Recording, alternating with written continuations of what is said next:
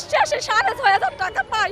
সেইটা পাওয়ার পরে আমার সন্তান আমাকে জিজ্ঞাসা করে, মা তুমি না সরকারি চাকরি করো, তোমার কয় পুলিশ, তুমি কি আর পুলিশ, তুমি আমার একটা ভালো খাতা কিনে দিতে না। মাত্র ৬,৫০০ টাকা বেতন, নিজে কিভাবে চলবেন আর পরিবারকেই বা কিভাবে চালাবেন? আজকে যদি আমাদের সরকার এই জাতীয়করণটা দিত, আমাদের দাবিটা মানতো, ঠিক আছে, আমাদের গ্রামে যেতে এত অবহেলা লাঞ্ছনা হইতো না। আর সবাই যদি মনে করে একটু সুখে বাতে মাছ ভাতে খাইতে, আমাদেরও তো মনে চায়। জান্নাতুল ফেরদৌসের মতো এমন ৪৬,৮৭০ মানুষের নুন আনতে পান্তা ফুরায় অবস্থা। নামমাত্র বেতন নিয়ে বছরের পর বছর চাকরি করে যাচ্ছেন তারা। এমনকি চাকরি জাতীয়করণের আদেশ হলেও তা আজও কার্যকর হয়নি।